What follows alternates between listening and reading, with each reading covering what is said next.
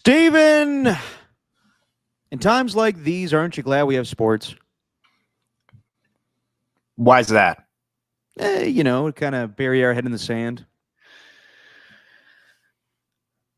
Not really. Not really. But whatever. I mean, in times like these, I'm glad I have Black Ops 6. That's what I'm glad I have. Oh, wow. Okay. Yeah, that'll speed us. That'll speed me right through the next 4 years. That's So in times like these, you just want to kill people. correct. Virtual people. What are they called? IPCs or whatever the fuck? Oh God, what are they called? I think it's IPCs if I remember. No, it's not. It's not IPCs. Shit, I should know this. Isn't it IPCs? It's what they were. I don't know. It's what the nerds were saying in what's that movie? Free Guy, Ryan Reynolds. It's not IPCs though. Well, ICP is Insane Clown Posse. Hang on. Video game random people. I think it's IPCs. Acronym. NPC. NPC. Oh, whatever. Non-player character. Well, whatever. I'm just saying. It wasn't No, IPC. I know. It's nerd terminology. Whatever. It's not that nerdy. It's just video games. Yeah. Look, man. Look, I'll say this, okay? I know we're not trying to talk elections. Here we go. Here we go, everyone. I know we're not trying to talk politics, but like as a couple of days passed, and since Trump is now the president-elect, and then after hearing Dana White go up on the victory speech podium and thank a whole bunch of podcasts, thank a whole bunch of streamers, like I was thinking about it. Trump really played the long game, man. Like since 2016, since he was elected in office, a lot of these streamers, a lot of these social media influencers, well, not a lot of them, but there's a select few who are very, very popular that skew to the right, in terms of their political leanings. And there's the Nelk boys who own this Full Send podcast, who I think are more popular than I give them credit for. And then the other guy, Aiden Ross. I'm just saying that video game streamers, they're making a difference politically. Like this is beyond just, oh, you're some nerdy gamer who doesn't want to go outside and have friends. Like, no, these people are running popular culture right now. Kai Cenat, have you ever seen his videos? No. Kai Cenat is all over the place on social media, and he's running shit now. It's crazy. So once we considered people who like video games to be part of the quote unquote nerd, I say that in air quotes, the nerd category, well, now they're running the world. So what you're saying is we need to hop on this thing. I'm saying we need to start streaming. Yes. Just live streaming while we're playing video games. Yes. These people are extremely good at it. Is there a way for me to stream like an old school Sega Genesis? I'm sure there is. All right, cool. Yeah. Super Nintendo, Sega Genesis. Yeah. When you were dead broke, you couldn't picture. I couldn't picture this. Yeah. Yeah. Especially I don't play that many video games anymore, man. I don't. I'll play Madden from time to time, but I didn't even get NCAA. I made it in the off season. That may be my off season thing. But then I don't want to sit inside and play video games all day. It's not my thing. You don't have to play them all day, but it's not a problem if you play them for an hour and a half. Yeah, true. But then, I don't know. I feel like I'd rather watch shows and stuff like that. I don't know. Yeah, sure.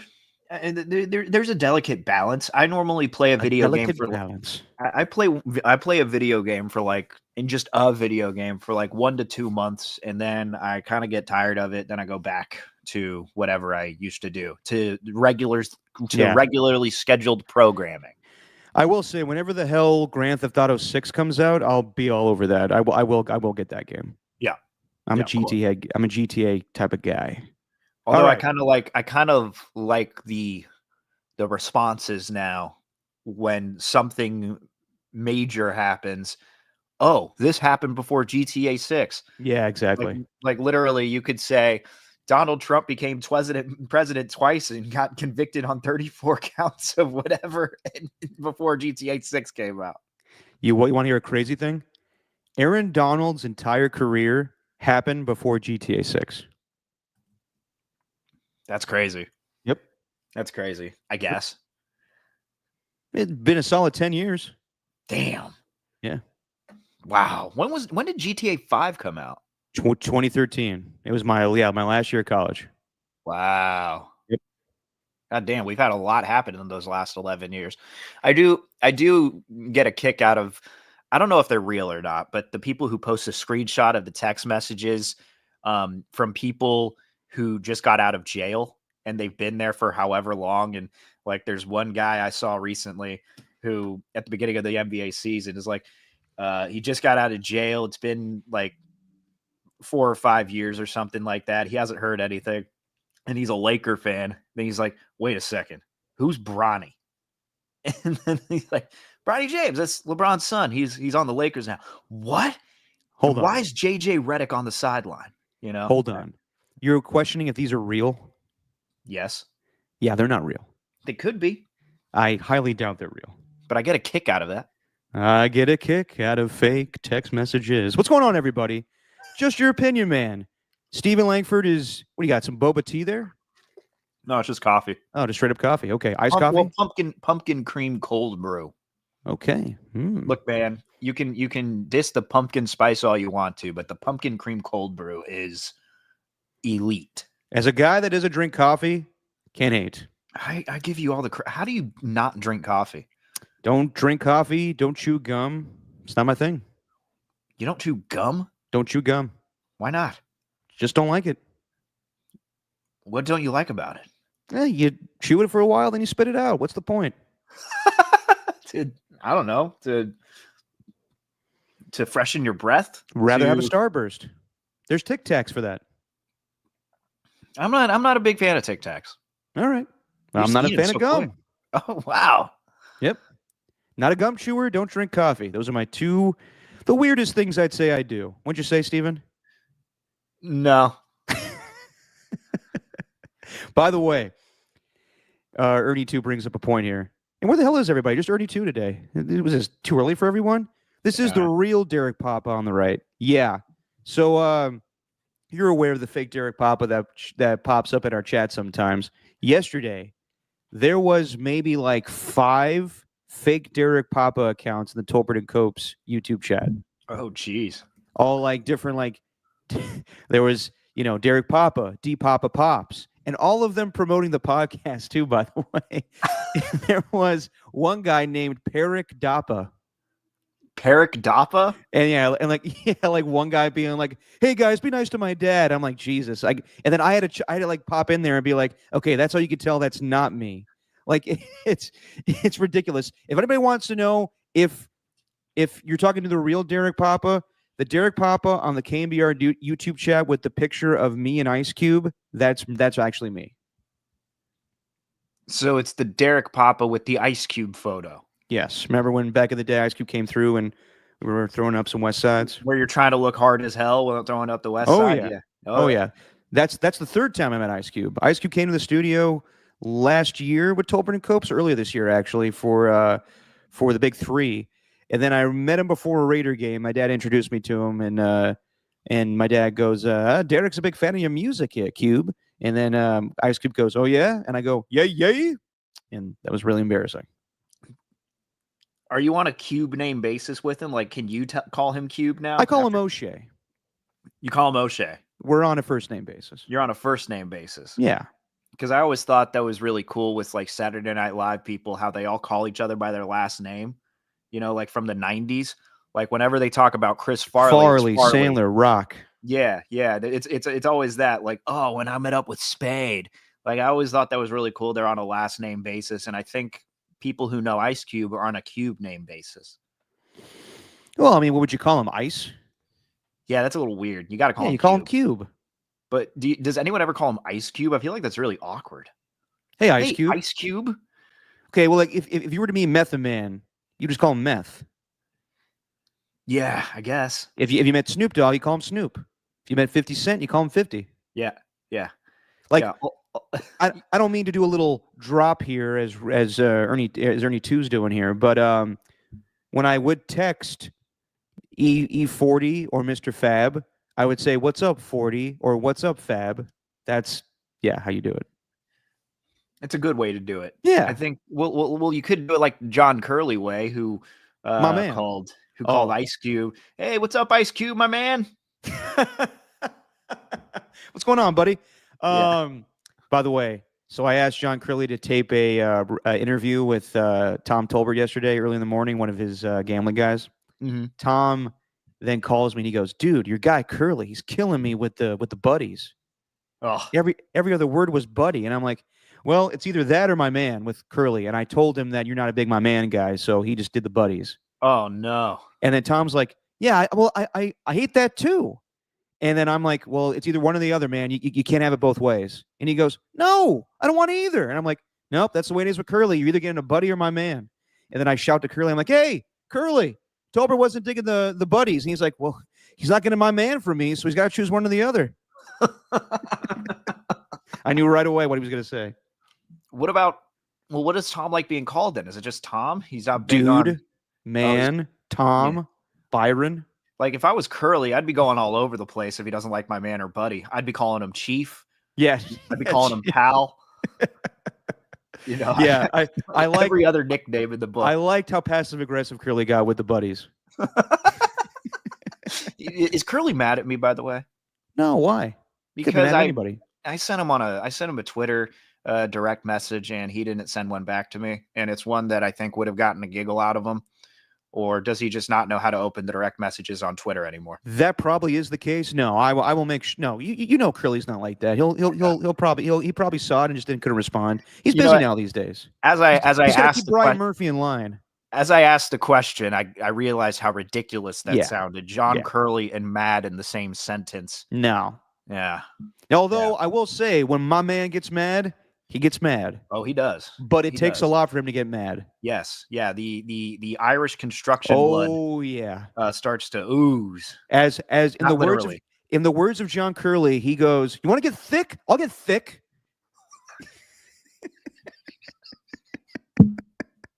Does he actually say that? Yeah. I've never heard that. I'll get thick. Let's go. I'll get thick. Oh my God. All right, let's get into some sports. Before we do, real quick, Steven, do you have this picture of me at your wedding that we've been teasing? I've been trying to find it, man. Jesse's sent it to me in a text message, and the photos aren't loading for some reason. Okay, well, while you find it's not that great. It's a professional photo, and you're just cheering because they mentioned just your opinion, man. On the altar. It's good for the pod. If you can find it, cool. If not, no worries. Okay, while you look for that, let's talk about the Thursday night game. That was actually really fun. You found it? No, I'm talking about. I'm reacting to the Thursday night game. That was a fun game. I haven't seen like a pair of games between two teams where the quarterbacks dueled as much yards and touchdowns as they did, man. Like, I don't know what the total was, but damn. I think in the first meeting, Joe Burrow threw 5 touchdown passes and Lamar threw 4. And then on Thursday night, both guys threw 4 touchdown passes. And Jamar Chase, he will get that contract. I don't doubt that. This offseason, he will get that contract. What was it, 261 and 3 touchdowns? Jesus Christ. God, I look, man, I don't know. I know we're going to get into it, but yeah, like, and you can keep going, but just a point to bring up, man, the Bengals probably should have paid him this year. You know, like really, or did he not accept the offer? He didn't accept the offer. They tried to give him a new contract before the season started, but he didn't like it. It was something about the guaranteed money or whatnot. But you best believe he's going to eclipse Justin Jefferson as the highest paid wide receiver in football. God, that guy's so good, man. Yeah. Like the first touch, like as soon as he catches the ball, there's not a single, like I can't think of a defender who could tackle him on the first try. He always evades the first guy. Well, how about that one he caught where he was over the middle and then just eluded the defensive backs where the linebackers just totally couldn't keep up with him? His speed is unbelievable. Yeah. I will say, yes, the Bengals should have locked him up, but Jamar Chase probably played the long game better by not signing the contract. Yeah, maybe, but the Bengals should have, I think. Well, yeah, for their sake of, locking him up already. Mm-hmm. But who's to say that Jamar Chase wouldn't be as motivated right now? He's going off. Yeah. And Jesse's upset. I played against him. Fuck that guy.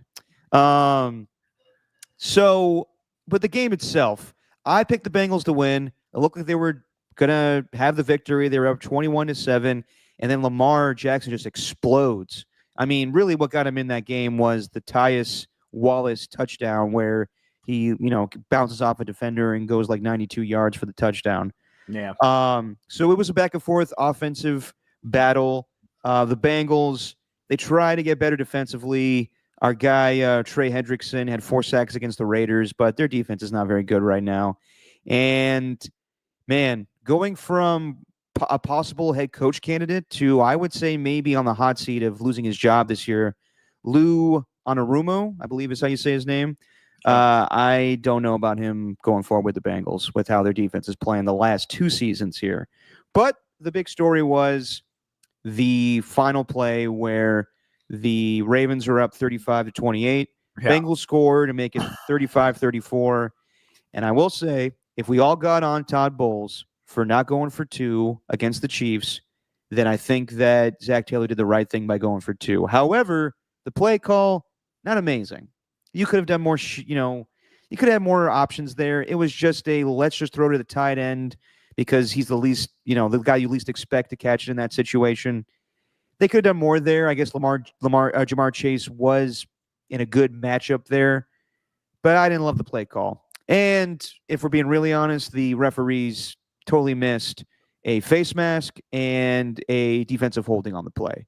Yeah. Now, I don't think you lose games because of penalties. You probably should have been set up better in that situation. But yeah, the Bengals, I still think they're going to make the playoffs. It's just the division's probably out the door right now with getting swept by the Ravens. I have a theory that the officials would have called that at the end of the game had they not basically put the Bengals in that position in the first place, just because they were calling everything on that final drive. That's why it made sense to me that Zach Taylor wanted to go for 2 in that situation instead of going for the tie. Not only was your defense not able to stop Lamar Jackson at all, scoring 4 unanswered touchdowns, 3 unanswered touchdowns in a row, whatever it was. Yeah. And the fact that the Bengals offense couldn't even move the ball, they were just getting a little bit of help from the refs there, though not to say that the Ravens defense didn't commit any penalties. They were probably right to call them, but I do wonder if they would have called that final play had they not been the ones that really moved the Bengals downfield in the first place. Who are you? Who is this fake Derek Papa? I think it's tacky, but he denies it every time. It's absolutely tacky. Yeah, it is. Yeah. And then it's tacky just having like multiple accounts. It's probably just all him. Yeah. No doubt. Son of a bitch. Yeah. Oh, Danny Golding TV popping up too here. What's up, Danny Golding? Can we get Harmony on Just Your Opinion, man? Harmony went crazy yesterday. We got to figure out Harmony going forward. Tom doesn't even want to call her Harmony anymore. He wants to change the name. And I'm like, come on, it's a brand. Harmony's a sex robot on Tolbert and Cope, Stephen, if you're not aware. Oh, really? Tom wants to move on from the sex robot. No. Hang on. He doesn't want to move on from the sex robot. He just wants to call her something different because the voice changed. Oh. So full disclosure, we use a software for Harmony. Yeah. And the website updated. And this is like if the Truth Machine website I used back in the day, they updated their website. AI is fucking things up for everybody. So the voice changed, and it wasn't the best voice. And you can't just change Harmony's voice like that without saying anything. So I was writing all the jokes out and everything, and then I started putting it in the system, and it came out all terrible. And I was like, shit. So we held like a beauty pageant for the new voice of Harmony, and option number 2 won. Did you say that you just can't change the voice of Harmony without telling anybody like that? It's a big deal, Stephen. Do you think that the software creators who use this, who made this voice, are thinking, damn, we're really screwing over that radio show that uses our voice as a sex Dude, robot? I shit you not. Copes was so distraught. He was like, can you call the website people? And I was like, do you know how old you sound right now? Can you call the website people? I'm going to call, excuse me, TTS reader, I have a bone to pick with you. Do you know what you're doing to our radio segment? They're like, radio? Yeah, radio. So what is the voice deeper? Like is it more robotic? It's more, well, that's the funny part. The original voice was more robotic, so it was funny. This one actually sounds like a woman speaking. So you're saying that that Harmony kind of sounded like the Truth Machine voice, but yes, instead it was a woman. Yes, it was a British speaking robot. Oh, Yeah. So she would be like, hello. it'd be hilarious. Like whenever we reference my dad, she'd be like, "And Greg Papa had this phrase over the Nana game this weekend." So weird, dude. So yeah, I know. Ernie too's like mad, like Derek, don't tell how the people sausage is made, please. It's people know by now. It is what it is. It's Yes. It's not har- about it's not about how it's done. It's about the writing. yes, it's the theater of the mind. Harmony's a real robot that comes in every Friday. The writing though is what's important. And the writing, that's just straight from the noggin. Yep. And I will admit, some days it's good, and some days I got nothing. All right. Anyway, um, let's talk about something that we've been waiting on for a while, Stephen. A Ooh. good old in-depth article from our guy, Hondo Carpenter. Yes. Hondo Carpenter is a beat reporter for the Raiders for Sports Illustrated, correct? Correct. And he's actually a very good journalist, gets in-depth details, but we love how he writes his articles because they're in bullet point fashion and they're very quick and they're the basic stuff of, as Stephen, said last podcast, Davantae traveled with the Raiders to Pittsburgh. Davantae wasn't happy with the quarterback situation. Davantae told people behind closed doors he wasn't happy about Derek Carr. Yeah. That's how it reads. Yeah. All right, so we finally have one from Hondo. He's given articles, really good one about the breakup with Derek Carr a few years ago. So he finally has one about the details of Davantae Adams. So I read it yesterday, and it's not surprising, but it's stuff that, you're like, oh, okay, that kind of makes sense. The Raiders' favorite. So basically, what Hondo talks about was Davantae, that first year with the Raiders in 2022, while he was very supportive of Derek Carr to the media behind closed doors, he was a little frustrated with him not getting him the ball. And for a guy that left a pretty good situation with the Green Bay Packers and Aaron Rodgers, then went to the Raiders for Derek Carr and said that was his guy, that was his college teammate, people behind closed doors were kind of like, all right, Davantae, that's your guy. So he would say to the other receivers, man, Derek's not getting me the ball. This is bullshit. And his teammates would be like, Davantae, that's your guy. Like you came here because of him. Don't be talking badly about him behind his back like that. And I guess Davantae, when it came down to the Raiders moving on from Derek Carr, Davantae wasn't upset about Derek Carr being released. He was really upset about the next quarterback, which is not surprising. He basically went to the Raiders, coaches and GMs, not Tom Telesco, it was Dave Ziegler and Josh McDaniels, and he campaigned for Aaron Rodgers. He campaigned for Tom Brady. And the plan was Tom Brady, but Tom didn't end up coming along. Eventually he did as an owner, but didn't come along as a player. And Davantae was upset because and Josh McDaniels told him, I don't want Aaron Rodgers. So they went in the favor of Jimmy Garoppolo, and we all know how Davantae felt about Jimmy Garoppolo. And I guess the release of the Netflix show really rubbed people the wrong way in the organization. Yeah. They did not like how apparently Davantae was so flippant about how he signed off on the idea of not playing Jimmy Garoppolo anymore. Apparently, there was something more damaging that was cut from the Netflix show that Davantae approved, but I guess the Raiders or his camp was like, that's not going to come across very well. Yeah. So that happened.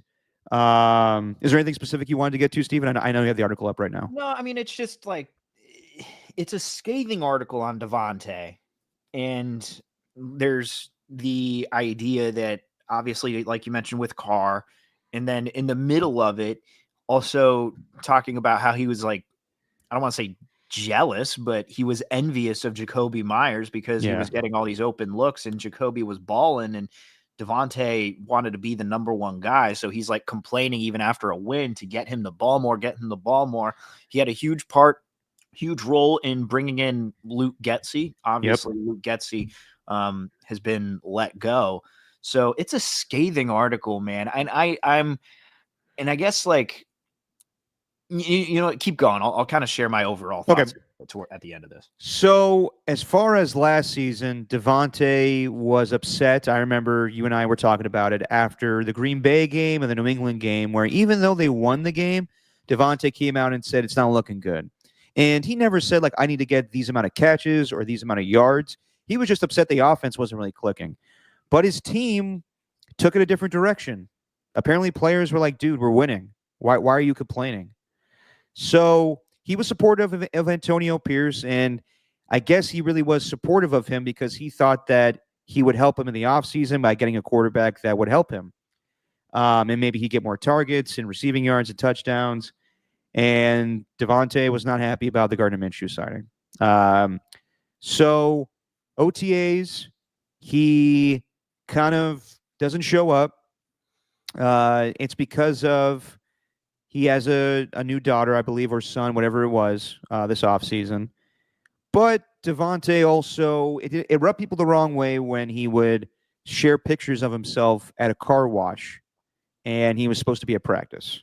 Mm-hmm. And I guess that happened in training camp as well, where he missed a good time at training camp. I wasn't aware of how much he missed training camp. Yeah, I didn't know he missed voluntary OTAs like that.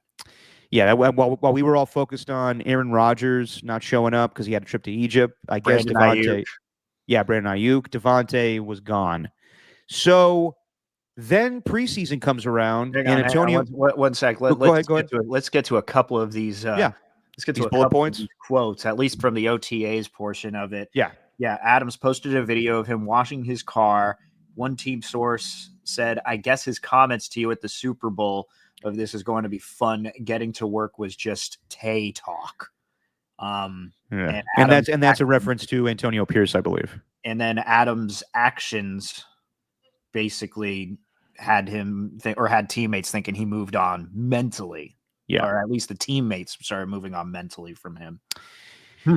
So then preseason rolls around, and this is after another one. Tay is like that one person in the relationship who wants it over, but also wants to paint the picture of being a victim. So they continue to act bad for the other to move on so they can get the sympathy. Yeah. So preseason rolls around, and this is after the fact that Netflix Receiver premieres, and Davantae issues a statement after that show goes out saying he wants to be a Raider, everything. And then preseason happens, and Antonio Pierce is telling everybody, I want to have a fast start. I want to play the starters. And I support that. I think that too many teams now are being too kind of cushy with their star players by not playing them in preseason. You see the Chiefs do that, and Patrick Mahomes is always good to go. It's risky. The Chiefs lost Marquise Brown to an injury in preseason, but this is the culture Antonio Pierce wants to start. So he told everybody, if you're an offensive starter, I'm going to play you in the preseason a little bit. And Davantae was not happy about that, apparently. He let it be known to reporters that he ain't talking about me. I ain't playing in the preseason. And I guess that rubbed Antonio Pierce the wrong way. And even Hondo, I guess, caught up with Davantae at one point, and he bookmarked the date. Yeah, right here. Stephen, if you go up a little bit. Well, here, hang on. This is my favorite of the bullet points. Adams didn't play. Is that deserving of a bullet point? Really? Well, it gets the point. It definitely gets the point across. So then Hondo tweets out, bookmark this tweet. Big night for the franchise and the season, August 17th, 2024. Hondo caught up with Davantae, and this was before the season where Davantae, I guess, was it on Kay Adams, or maybe he just told the media, I want to be here. And then to further that, Hondo caught up with Davantae and said, let's do a whole piece about how you're dedicated to the Raiders and you don't want to go anywhere and you want to be on this team. And Davantae told him, let's hold off on that. And he was like, really? Like, this would be good, for the team and everything. Everybody thinks that you want to get out of here. And Davantae was like, nope, let's not do anything about that. Bullet So when point. Enough said. yes, so Hondo then didn't want to release. I guess he didn't want to release an article about that, and he just tweeted out, "Bookmark this date," so he could go back for this article. And yeah, so I guess the team wasn't really digging in Davante's, attitude.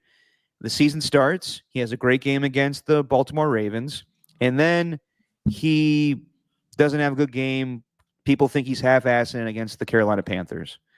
And before that, Davantae was kind of milking a hamstring injury, people thought. And then Antonio Pierce, as we kind of thought, said people are making business decisions, and he was, in fact, calling out Davantae. Yeah. And so Davantae takes off against the Cleveland Brown game. And, Antonio Pierce believes that Davantae is going to show up the next morning and be rejuvenated. Instead, he comes into his offices and says, "I want out." And that's how we got to this point. Davantae may have lied a little bit about how, their relationship was and how they don't speak to each other on the Kay Adams show. And I guess Antonio Pierce just got fed up with Davantae and liked an Instagram post that he shouldn't have. And that's why we're here now with him going to the Jets. I'll let you speak first, Stephen, because I've been going on and on about the details of this. So by all means, what did you come away with this Hondo piece? I've been a defender of Davantae Adams because I think he's just way too talented for this Raiders team, and I almost felt bad for him. But my God, there's a few things where the sources that Hondo spoke to or Sports Illustrated spoke to, it feels like they're a little salty with Adams. Like, I don't know if those sources necessarily speak for the team. I think that speaks for the side who doesn't seem to like Davantae. Like, I don't know, Crosby and him seem to get along just fine. Like, but it felt like he really separated himself from everyone else. And yeah, that's still the fact that he influenced coaching changes, I think, is like the most damning thing that's happened. Forget how he, skipped OTAs. Forget how he had this diva-ish behavior, whatever you want to call it. The fact that he is influenced in making coaching decisions, yet he knew that he wanted out. Like, why'd you want Luke Getsy on this team if you didn't think you were going to be here? Like, why did you want Luke Getsy that bad? And if he was the sole guy that was responsible for bringing him along, or at least that convinced the front office for bringing him along, well, Davantae, you just set them back another year. Like all of this, God, they just can't get anything right, man. Yeah, reading this, I wasn't really surprised by any of it. And me being the selfish fan that I am, I didn't think about how the team would react to that receiver show. Yeah. I didn't think about that at all. Well, let's be honest about that. I don't think Davantae comes across terrible. I just think that he comes across as a guy that's frustrated with his quarterback. And let's be frank, Jimmy Garoppolo sucked. He did. And he was getting him hurt. Yeah. And Jimmy was kind of talking down to Davantae a little bit, like, you good? You think you should be out here? And Davantae was like, just give me the ball, dude. So that I really didn't have a problem with the receiver show, because it does end on a positive note of him wanting to make things right with the Las Vegas Raiders. But blowing off OTAs and mini camps and training camp, that's a bad look. Not wanting to play in preseason, that's a bad look. Campaigning for Luke Getsy, but not really giving a shit, that's a bad look. And it sounds like they rushed the decision. They really wanted Cliff Kingsbury. Cliff Kingsbury left. I would love to know if what I believe is true, that they painted the picture that they were going to get Jaden Daniels, and then the Commanders were like, we're not going to trade the pick, so just come here. That's my biggest question out of all of this is, what was their quarterback plan then? Because the article didn't really get into it. It pretty much just said Davantae wasn't okay with any of their decision making, at least in quarterback. I'm pretty sure they probably sold everybody on the idea that because of the relationship between Antonio Pierce and Jaden Daniels. That's what they were going to go for. But it became clear they weren't going to end up with him. So I'm sure Michael Penix was the next option, but then that blew up in their face. So Davantae, I'm sure, was like, fuck this when training camp started, or even before that, OTAs and everything. The thing that I still give Davantae the benefit of the doubt was he did want to make it work prior to all this. He wanted a good quarterback. Like, this is kind of the same situation with Randy Moss a little bit, where Randy wanted to be a Raider. I remember that press conference where he said, I just want to win, baby, and I'm committed to excellence. Yeah. And he was cool with Kerry Collins that first year, but then it was Aaron Brooks, and then it was Andrew Walter. They never upgraded the quarterback position. You can't like, the problem in all this is, I understand Davante's attitude was kind of shitty, but also he probably would have made it work with Derek if you kept him. Now you cut him, and that's your right to do, but you need to upgrade the position, and they never did. And I know you and I have spoken about this like a broken record, but you can't have a wide receiver of his caliber and then just be like, all right, so we're going to get these quarterbacks, and you're going to have to deal with it. You're going to have to deal with Jimmy Garoppolo. You're going to have to deal with Gardner Minshew and Aiden O'Connell. It never was enticing for Davantae. He came over because he knew Derek Carr, and he had his frustrations. And I'm sure if you talk to a Green Bay writer, I'm sure there were probably behind the scenes stuff of Davantae being like, man, Aaron can't make up his fucking mind here about if he wants to be a Packer or not. But like I said, he probably would have made it work with Derek. But nothing ever got better for them quarterback-wise. And they try to do these ridiculous rebuilds with him on the team, and it just didn't make sense. You don't trade for a wide receiver of his caliber and then play with these quarterbacks. So while I don't condone his attitude about how he was unhappy with the way the organization was going, I understand it a little bit. I don't understand why he left the Packers. Because out of all of this, out of these decisions that he made to go with Derek Carr, then to play with Aaron Rodgers, seems like Jordan Love would be the best quarterback for him to play with if you had to speak about a quarterback with the highest ceiling. Well, he even mentioned that, though. He said, I kind of regret not sticking around. He should have, because like now you're kind of stuck. And it's funny that you're talking about Randy Moss, because the year after that, Randy Moss went to the Patriots. And you know who's the one that's posting pictures of him acting like he's Randy Moss with Tom Brady? That's DeAndre Hopkins. And he's acting like he is the new Randy Moss to Patrick Mahomes now. So it's like this decision making, man, it goes back to all of that. I do question that. And really, like, if he doesn't win a Super Bowl ever in his career, I'm going to look back on that offseason when he wanted to get traded out of Green Bay. Yeah, but you know what? The best chance to win one would be with that team. I know. But you know what? I also don't blame him, because he didn't know what the hell was going on with Derek. He wanted a payday. The Packers say they were willing to give him the same contract, but I highly doubt that. I don't think Brian Gutekunst was going to pony up the money that the Raiders were.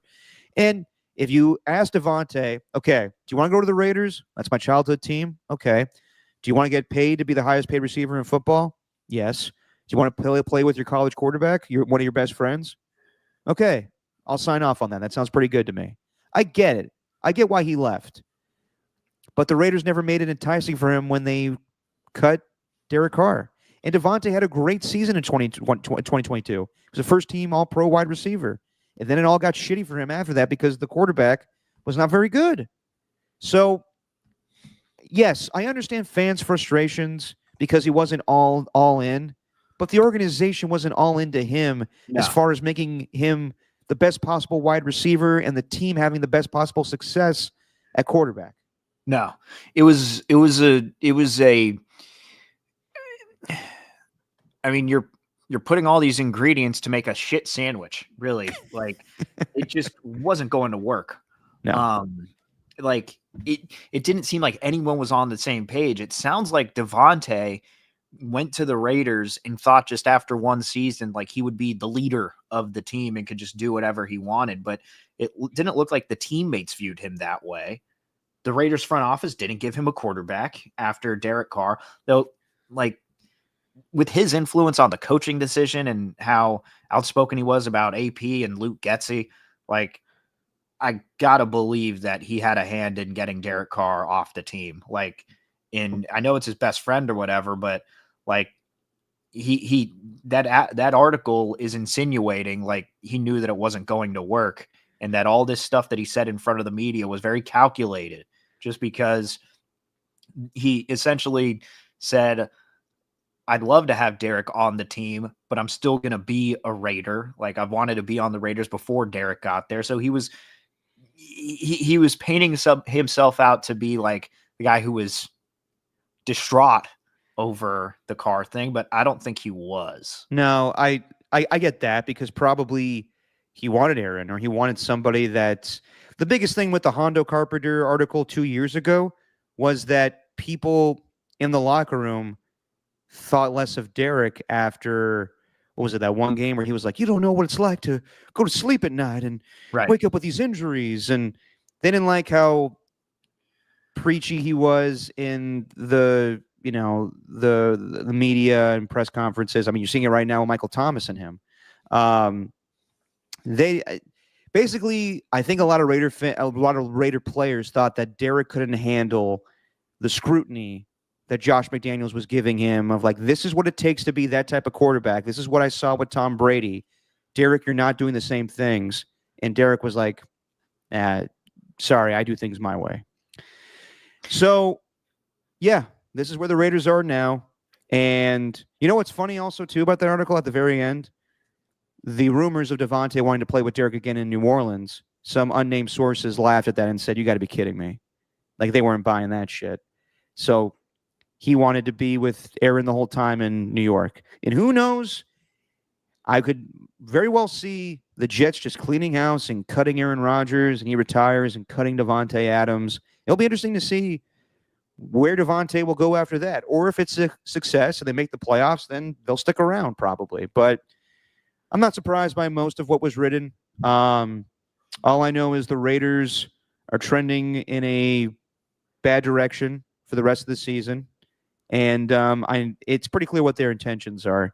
Have you seen this, Steven? I was made aware of this on the Pat McAfee show. If you look, after every Raider loss, Shedeur Sanders tweets out, thank you, God. Yeah. Mm-hmm. Mm-hmm.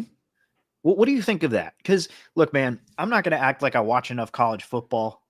Like if I'm just judging solely from a couple of pieces that I've seen and a little bit of, a little bit of what I've seen from Colorado football, I'm not going to act like I'm watching every weekend. But is it worth putting all your eggs into the Shedeur Sanders basket? Like, I'm kind of hesitant, because in the games that I have seen, very talented, but he also does his best when it seems like he's kind of just improvising. He also has a really elite player in Travis Hunter. I think Travis Hunter is going to be a beast in this league. But I've also seen him get destroyed when his offensive line is getting beat in the trenches. And that was a lot last year, not so much this year, but I don't know if they should take him or not. If you're asking me, and Alon have talked about this while you were gone, if you're asking me which quarterback would I take, I would take Cam Ward. I think that he is more of a pro. I think he's a better player, honestly. Not as mobile as Shedeur Sanders, but I really like him. And to be completely honest, I think he's more of a dog than Shedeur is. I think Shedeur, and this could be wrong of me, but I think he's too caught up in being Shedeur Sanders, being the son of Dion. I think that he likes the attention. And, quarterbacks are, cocky like that. But that's what it looks like. Yeah, I know. And I don't like what he's blasted his teammates or former teammates on social media. I don't care for that stuff. Some people could say he's keeping it real or keeping it at 100, but I don't like that. Although I will say Dion in a recent press conference did kind of say how Shedeur is a good teammate and how, and he's going to say that because he's his father, but there's some things behind the scenes. Like I guess he helped out, like providing furniture for one of his teammates. I don't know the whole story. I saw a clip of it, but I could see Dion, because Dion clearly plays favorites with Colorado, or even his sons or his children. He ranks them.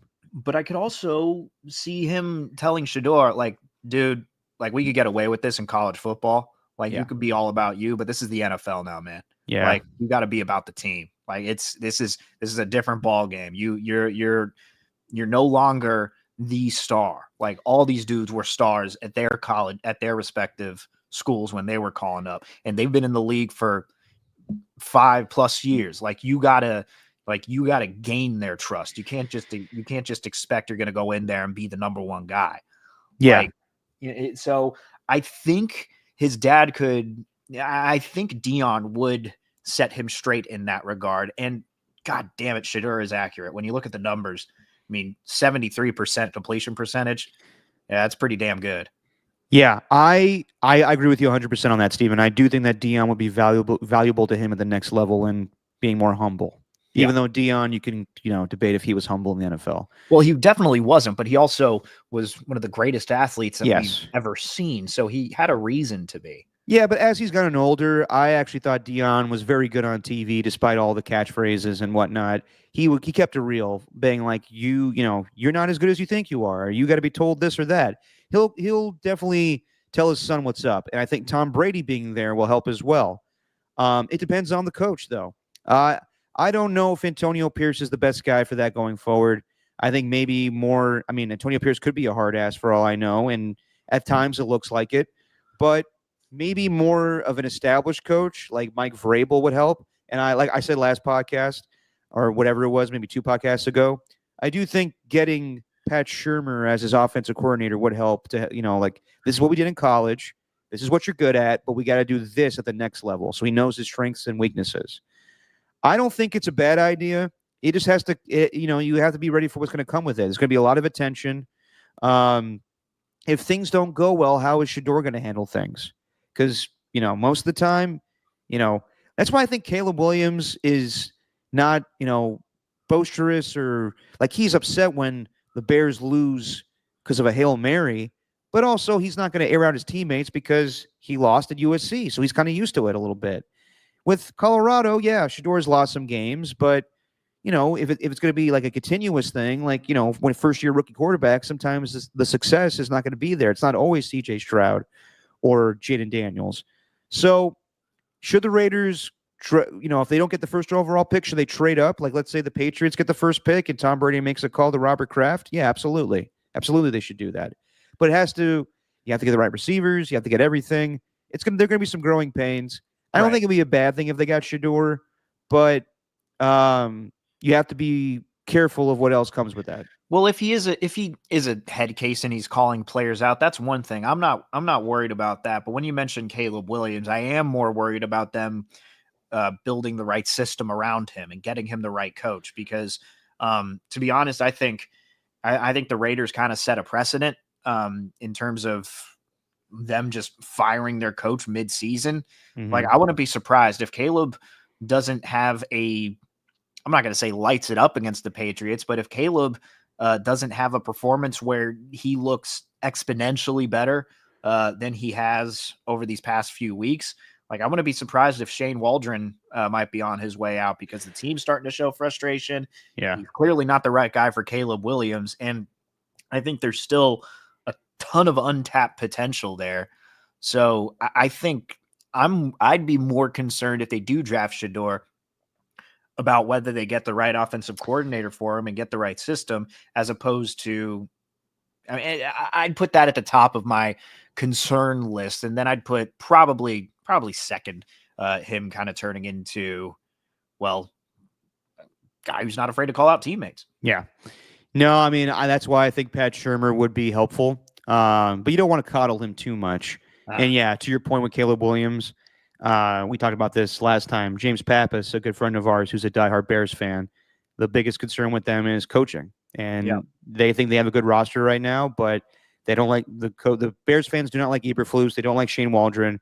I don't know about in season, but I wouldn't be the least bit surprised if they clean house coaching-wise at the end of the year and they try to upgrade. And I guess the name that's thrown out there right now is Ben Johnson. I've heard differing things. Some people believe that Ben Johnson wants to go to Chicago. And Adam Schefter went on Get Up and was like, don't think he'll just want to go to any team because there's a good quarterback. He looks at the owner and the way the organization is run. So he kind of alluded to the fact that maybe he wouldn't go to the Bears. But No, I mean that's a big deal with rookie quarterbacks getting it right. So, dude, I wonder we shall too. see.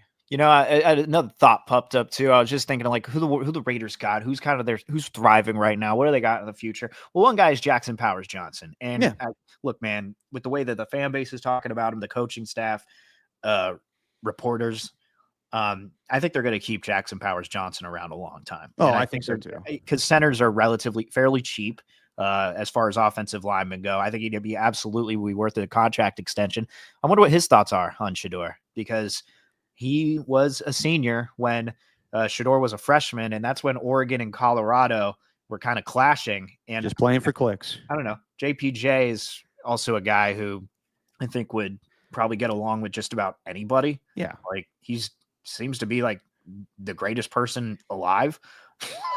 Maybe that's a little much. But yeah, I would say so. Jesus. I love Jackson Powers Johnson, man. He's great. But well, yeah. I just wonder, like, what would that be like? Well, I think you could say, and Alon and I have been texting about this. You can't just clean house with the whole roster. You can't. But guys that you want to keep around right now, Jackson Powers Johnson, Brock Bowers, Trey Tucker, Colton Miller, left tackle, maybe. Max Crosby, obviously, Robert Splain, Trayvon Merrick, Jack Jones, Nate Hobbs, and that's about it for me. I wouldn't mind if they were to sacrifice a second rounder this year, move up in the draft, and try to get a late first round pick and try to find an offensive lineman there. Like like if you like one, if you see one that is not going to drop to the second round or potentially isn't going to land where you are in the second round, I think they absolutely need to trade up and get an offensive lineman. Because now that I'm thinking about it, like even Colton Miller, he's been so devastated with injury. Like this dude's timeline, it was meant to. The team was meant to thrive when he got his contract extension, and instead it went down the shitter. So like, just feels like bad place, bad time for Colton Miller. He's a really good left tackle, and I think he could be better somewhere else. But how much longer does he have on his contract? I haven't even looked that up. I think they kind of need to rebuild a lot of that offensive line. Yeah, they do. And but Jackson Powers Johnson is just a rookie, so he'll be there and he'll be on his rookie deal for quite some time. Right. And Christian Wilkins, I forgot about him too. But there's obviously pieces. It just they need a little bit more. They need a little bit more in offense. They need better running backs. They need a better offensive line. They need more skill guys in the receiving core. They need everything. Yeah, offensively they do. They need a coach who's going to compete with Jim Harbaugh, Sean Payton, and Andy Reid. Yep. And that's why Hall of Famers. And that's why I threw out trading Max Crosby. But I get that too. Maybe you should trade, Jacoby Myers. Maybe he won't be there next year. So I don't know. But and you have to wonder, if you don't get first overall, how much is it going to be going from possibly 4-1 to trade with the Patriots or whoever's there? If, how much is Dion going to cause a stink if the Titans get the first overall pick? And he's like, I don't want Shedeur going there. So we shall see. Have you seen this? I didn't know they had a whole player and staff meeting with the Raiders. No, I did not. Yeah, this is from CBS, and the article just came out. Actually, let me share the screen, and we can react to it in real time. Ooh. Sources tell CBS Sports that several Raiders players, including team captain Max Crosby, spoke openly in a players and staff meeting Monday, addressing what they viewed as inefficiencies and deficiencies within the organization on a week-to-week basis. So they're already holding meetings just because of how the season is going. I would not be the least bit surprised if, are they saying that Mark Davis was involved in this at all? Players had issues with the schedule not being efficient. There was a lack of organization and wasting time, and there was a lack of discipline and accountability. One described the meeting as ending uncomfortably for all parties. Oh, wow. Well, it was nothing like one between the players and head coach from almost a year ago. And then they go on to speak about that thing with McDaniel and hold on, wait. That was weird. Wait. Say that again. It was not like it was between McDaniels and says this one between the players and the head coach from almost exactly a year ago, where it sounded like exactly. No, it said nothing like the one almost exactly a year So ago. are they saying it's like better or worse? Better? Okay. Better. So who's their gripe with? Antonio Pierce or the organization as far That as is like my Mark guess. Davis? That is my guess. And That your guess is Antonio Pierce. my guess is Antonio Pierce is the main one they're pissed about or pissed at. But at the same time, like, I mean, they got to be looking at everyone on the staff saying there's no one up here who's calling people out. Well, I mean, just, firing Luke Getsy and 2 other offensive coaches is, it sounds like they never really wanted Luke Getsy, and they rushed that decision, and they just did it because Davantae wanted him. Well, also, like, this, at the end of the day, a lack of organization, accountability. Yeah. That falls on the head coach, man. This is what Antonio Pierce was supposed to bring. You weren't going to have talent. What you were going to do, you were going to be physical. We were going to hold people accountable. And now look what's happening. Yeah, you got a Hondo bullet point article in the middle of the season, and now CBS Sports is saying you just had a player and staff meeting that ended uncomfortably with all parties. God, I'm not feeling good about Antonio Pierce sticking around towards the end of the season after. Yeah, I would say no, but I wouldn't be surprised either if he stayed. But with how many coaches are going to be available this offseason, you got to believe that Brady and Vrabel are cool. Where you look at the other possible openings this offseason, you think Vrabel wants to go coach for Jerry Jones? No. You think that Mike Vrabel wants to go coach for Woody Johnson? No. You think Vrabel wants to coach for Tom Brady? Yes. This is a no-brainer in my opinion. Yeah. Bring him along. Yep. Now, if you want a guy who's going to preach accountability, hold others accountable, and also I have heard that the practices and training camp were very disorganized and they weren't NFL caliber training camp practices. So I don't know, man. I think Antonio Pierce is just the word that you've heard a lot around it is over his head, and I kind of agree with that. Yep. Wouldn't be surprised. Who am I to comment on that? I'm just like I literally said earlier that Black Ops 6 is getting me through this presidency. Like, who am I? Right? But at the same time, like, this is the NFL, man. And when you're reading stuff like this, I think I just feel this way because you're a fan of this team for so long, and you feel like you got your guy because he's like a Raider fan, grew up in Compton, all this stuff with LA. Oh God. Yeah, but you know what? Fans shouldn't be coaches. Right. Now, right. Antonio Pierce is a coach, but should he be a head coach? I don't know. Well, he should have had more experience. I do think there's that aspect to it. Like, the guy wasn't even a defensive coordinator for a team for like a couple of years. He was at ASU, but that's different. And he surrounded himself with Marvin Lewis and Tom Coughlin, but it's just not enough. From Ernie too. Man, this feels like Mike Singletary in a way. I brought that up when they made him the full-time coach. So, yeah, we'll see what happens with that. Speaking of the Niners, McCaffrey sounds like he's back. Every indication, he hasn't been officially taken off IR yet, but it sounds like he's going to play tomorrow. And he told Kyle Shanahan told Tolbert and Copes that. He told my pops. He let the media know. All systems go for McCaffrey to come back tomorrow. And, yeah, it sounds like from the interview with my pops that it's going to be running back by committee with Isaac Orendo and Jordan Mason. Jordan Mason, all good to go, Steven. He is good. Yep. Speculation was unwarranted. It sounds like everybody's good to go. Debo's going to be good to go. Maybe the only guy you question about is Nick Bosa, and you think he would have a big game this week. Well, he's had a good week. I mean, come on, let's be honest. There's a lot of people a lot of NFL players out there who voted for Trump. Like, no, I know. I'm having fun because he was the most vocal out of all of them. That's true. Well, sort of vocal, not really. It's just like it's just like a lot of that. You ask them why, and they can't really give you a real answer. Yeah, I know. But also, Aiden Hutchinson had 4 sacks on this Buccaneers offensive line. So who's to say Nick Bosa couldn't do the same thing? Dude, I didn't realize how bad this Buccaneers defense is. Look, I don't think Like, I don't think the 49ers need to play Christian McCaffrey all that much. You don't need many of your superstars, I think, to win this game. Although the only the place where the 49ers are most susceptible is up the middle, and Vita Vea, like, he's an absolute animal, and I wouldn't be surprised. I mean, who's the center for the Niners again? Why am I getting lost on that? Yeah, it's Brunskill.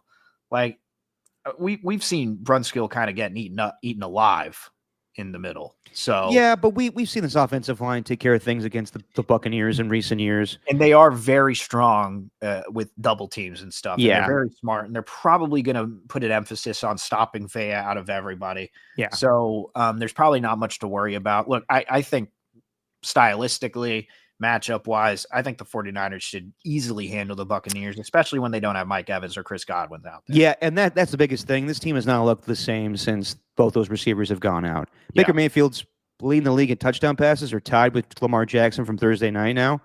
But I mean, he's throwing to Cade Otton, and if that's the main guy, then I think they could take him away. Cade Otton's a real bad name for you. Cade Otton. Cade Otton. Cade Otton. Just Otton. Back of the throat. You don't Auden. Auden. There's no Auden. Cade. Cade. Cade. It should be Kate. Cade. What name is Cade? Cade. You've heard the name Cade. Like, who else is Cade? I've seen it around somewhere. Who the fuck's this guy now? Look at this motherfucker here. Deep Operator. It's a picture of me. Now, it's clearly someone who follows Guru, because that's a picture of me and Guru in Davantae, I believe. He posted that photo to Facebook to wish a happy birthday to Elena. Ah, okay. Yeah, he posted that one where you guys are with Mr. Fab. Oh, yeah. Exactly. Yeah. So there's Cunningham. Cade Cunningham. Oh, Cade Cunningham. Okay. All right. Cade Otton. Cade Otton. Look, the bottom line is Baker Mayfield doesn't have a ton of receivers. Yeah, the Niners should have a good day. Yes, they should, Derek. All right. Before we move on to the picks, the whole thing with Kyle Shanahan coming on Tolbert and Copes and kind of basically saying that Christian McCaffrey is going to play. Did you see all the insiders take the quote or the tweet? No. Okay. So just a little something I'm a little perturbed with the NFL insiders. Yeah, you don't I give props to Ian Rappaport and Tom Pelissero and Mike Garafolo for retweeting the tweet that we put out. And to give you real insight, the tweet that I put out about Kyle Shanahan saying that Christian McCaffrey is good to go. Props to those three insiders. Adam Schefter just tweeting out, sounds like Kyle Shanahan says that Christian McCaffrey is good to go for Sunday, and not even a courtesy or a mention of KNBR and Tolbert to Copes. Props to Pelissero, Rappaport, and Garafolo. Those are my guys from NFL Network. Props to those guys. Schefter, you're my jackass of the week. How dare you? Wow. Come on, just give a little courtesy. Just give a little props. Say where you heard the damn thing from. Schefter ain't going to do that, though. I've seen him retweet other shit. He couldn't do that. Well, is he on your station anymore? Not anymore. He won't be. Was he ever on your station before? Back in the day, he would do hits on KNBR with Murphy Mac. Maybe he's still a little salty. Well, Rappaport used to do that as well, and he's not on anymore, and he retweeted KNBR. Did he really? You can't be salty about that stuff. I'm sorry. You give credit where credit is due. Did he quote tweet it saying officially official? Yes. Yeah, basically. He did. He said officially official. He didn't say officially official, but he said, sounds good to me or something like that. Oh, excellent. He loves, and yes, Rappaport, whole thing is, you can't just retweet something. It's going to be like eye emojis or ooh or officially official. Yeah, that's what he does. That's what he does. He never retweets something. He always quote tweets it. Hey, and whatever it is, I just like the props. Schefter, how dare you? And you know what? I'm on to you, my friend. I'm on to you, Schefter. I see you illegally stream games and then put the screenshot up on your Twitter. I'm on to you, sir. You're just like the rest of us. That's so funny. What was that? What kind of streams was that? Whatever it was, I don't remember. But he should have everything for free, and yet he uses the illegal streams. Well, it's Prime Video, right? Can't use, you got to stream the Prime Video content. Yeah, but I'm sure he works for he's working for ESPN. I'm sure he gets a discount on that shit or something. Maybe not. Well, he's got the money; he can pay for it, That's like the true. rest of us. That's true. Maybe he doesn't have much of a use for Prime Video, though. He doesn't like the Marvel Miss Maisel. Yeah, he doesn't need the Marvelous Miss Maisel. He doesn't need The Boys. He doesn't need Fallout. By the way, I should get up on that Marvelous Miss Maisel. Kevin Pollak is one of my favorite comedians and maybe the best storyteller of all time. Did you see him on the Rich Eisen show a couple of days? No. He's been on there a couple of times. I love his stories when he's talking about filming A Few Good Men or Casino. He has got great stories about like Don Rickles going in on Robert De Niro and be like, "That's the way you're gonna do it, huh? All right, go ahead. You know what you're doing." But he told one the other day that's hilarious, where Robert De Niro loved Don Rickles. So anytime he would rip on De Niro would just go, "Oh," just laugh. Yeah. And although Pesci didn't like Don Rickles ripping on him because Don Rickles said one time to him, "Man, you're so small, I could ride you around like a Shetland pony." And then Pesci was like, "This guy, this motherfucker here." Yeah, that's not. Pesci doesn't seem like the type of guy who could do that. At least De Niro had a sense of humor about it. Yeah. But like, I just love the idea of Rich Eisen goes, he called him a Shetland pony, and Ken Pollak's, no. He didn't call him a Shetland pony. He said he would ride him around like a Shetland pony. It's different. Yeah.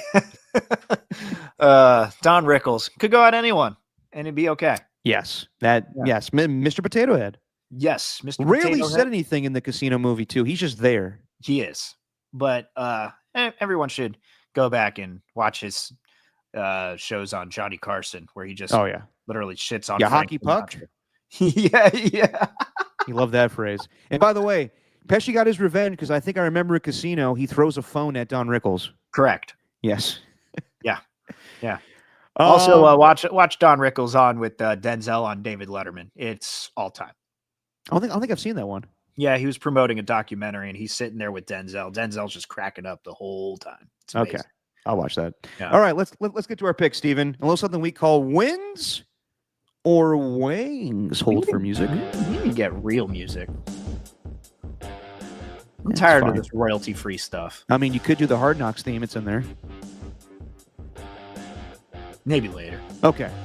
All right, let's go through this, Steven. You're up 2-0 on me because you took the Ravens and you laid the points, but you didn't take the over. Neither did I. So I'm at 0. You're at 2. All right. Let's go to old Germany for this barn burner between the Giants and Carolina Panthers. The Giants are 6.5-point favorites, and the over-under is 40.5. Bryce Young gets a win and gets the start. Bryce Young gets the win again. I'm taking the Panthers to pull off the upset over the New York Giants. I know they're 4.5-point favorites, but I don't give a damn. 6.5 point. Give me the over. All right, taking the over. I'm going to take the over as well, but coming off the bye, and I think they're a better team, I'm going with the Giants, the G-Men, and I'm laying the points with them. All right, then we go to Chicago, where the Bears are 6-point favorites over the New England Patriots. Drake May versus Caleb Williams, another rookie duel, where Caleb Williams lost the one earlier this year against Jaden Daniels. And the over-under is 38.5. 6-point favorite, Bears. I'll take the over, and I will take the Bears, lay the points with them too. I'm going to take the Bears. I'll lay the points, but I'm going to go under on that 38.5. I don't see a lot of offense coming from the Pats. But let's go to Atlanta, or actually New Orleans is where the game's taking place. The Atlanta Falcons taking on the New Orleans Saints. The Saints coming off their head coach being fired and Dennis Allen. Their new interim head coach, I think it's Darren Rizzi or whatever it is, special teams coordinator for the Saints, elevated. And those Falcons are 3.5-point favorites, over under 45.5. Got to go with the hot hand. Lay the points with the Falcons. Give me the over. I think when you fire a head coach, your team plays a little bit better. Yeah, fuck it. I'm going to take the Saints to win. Going under.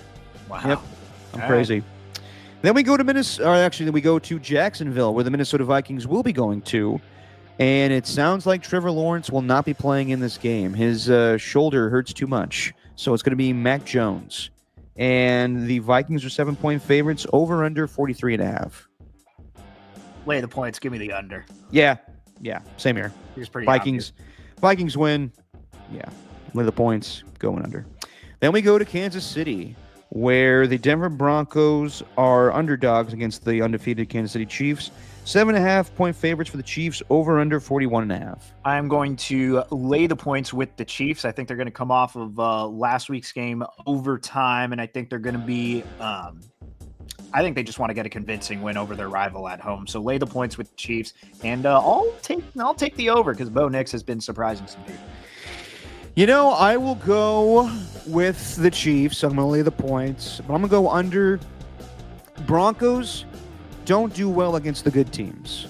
And I saw that last week against the Baltimore Ravens, got annihilated. I think kind of the same thing happens again where the Chiefs are clicking on all cylinders offensively now. They got the running game going. They got the passing game going with Travis Kelce and DeAndre Hopkins. Give me the Chiefs, but hit that under.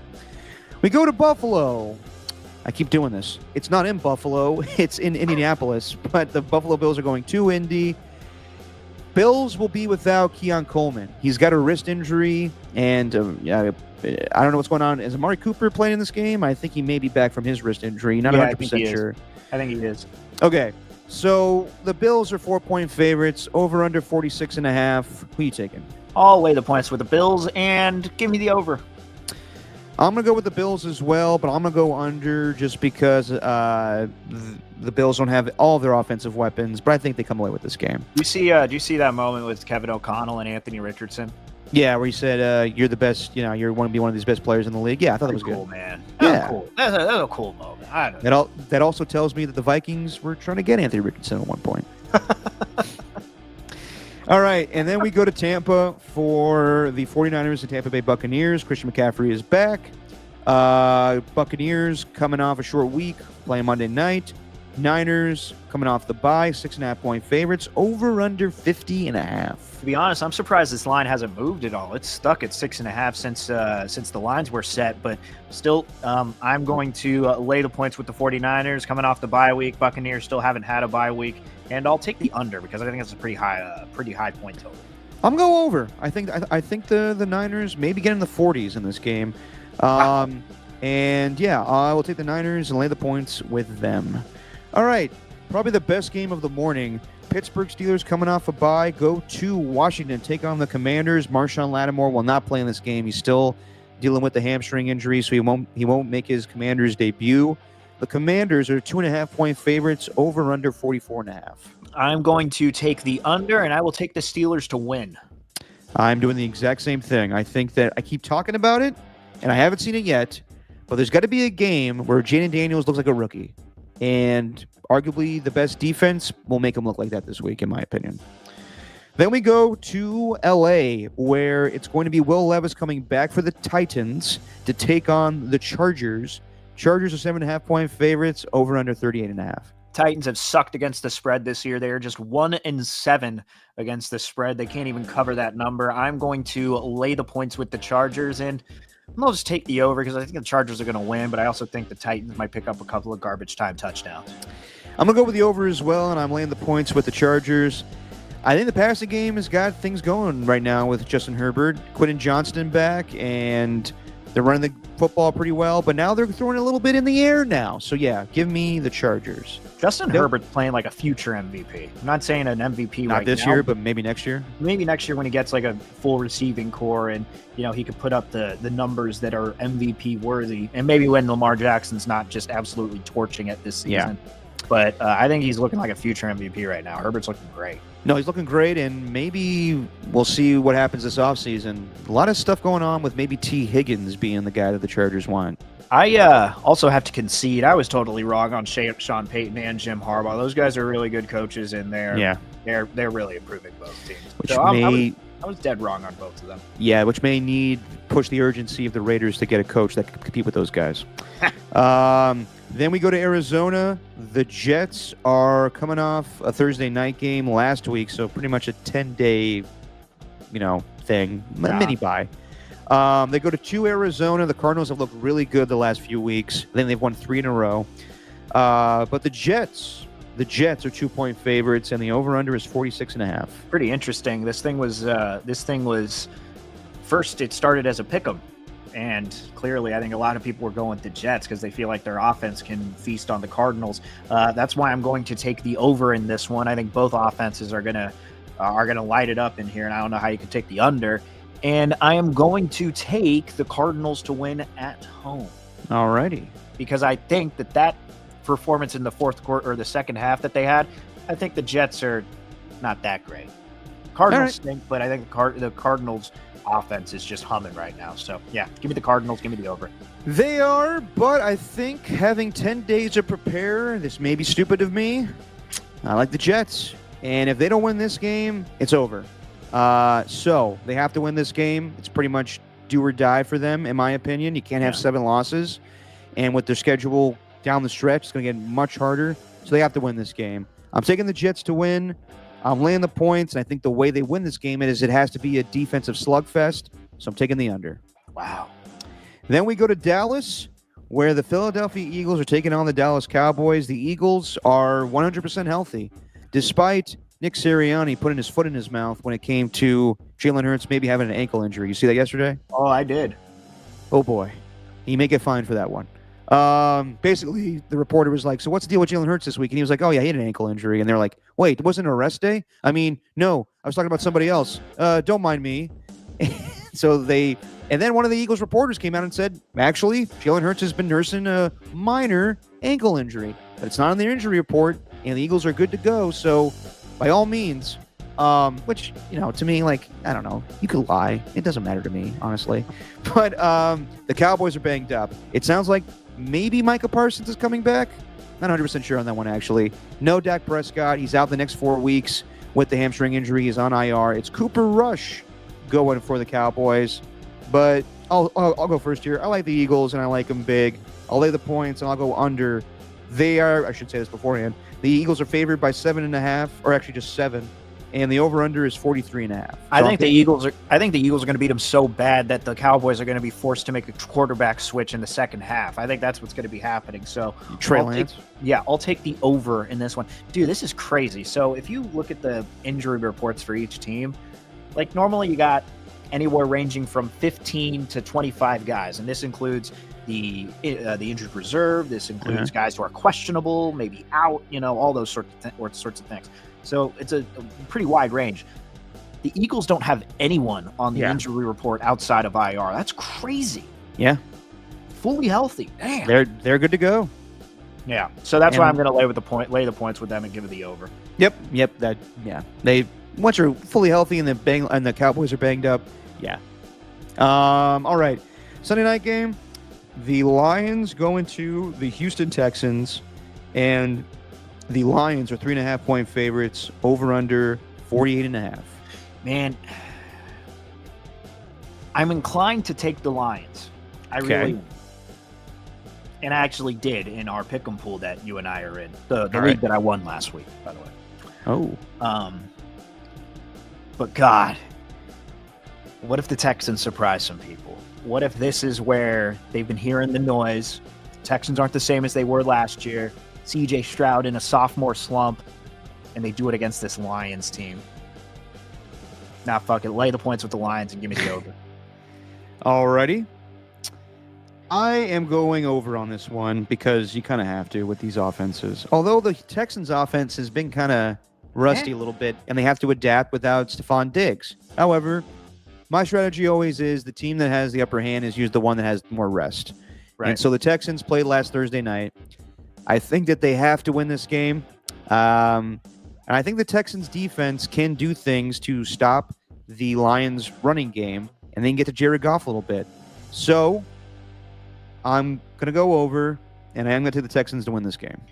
Tank Dell is expected to play. Will Anderson is out for the Texans. Okay. Well, Danielle Hunter used to feast on the Lions back in the day, so maybe he needs to step up a little bit. And he has been really good. Taylor Decker's out with a shoulder, so there you go. Okay.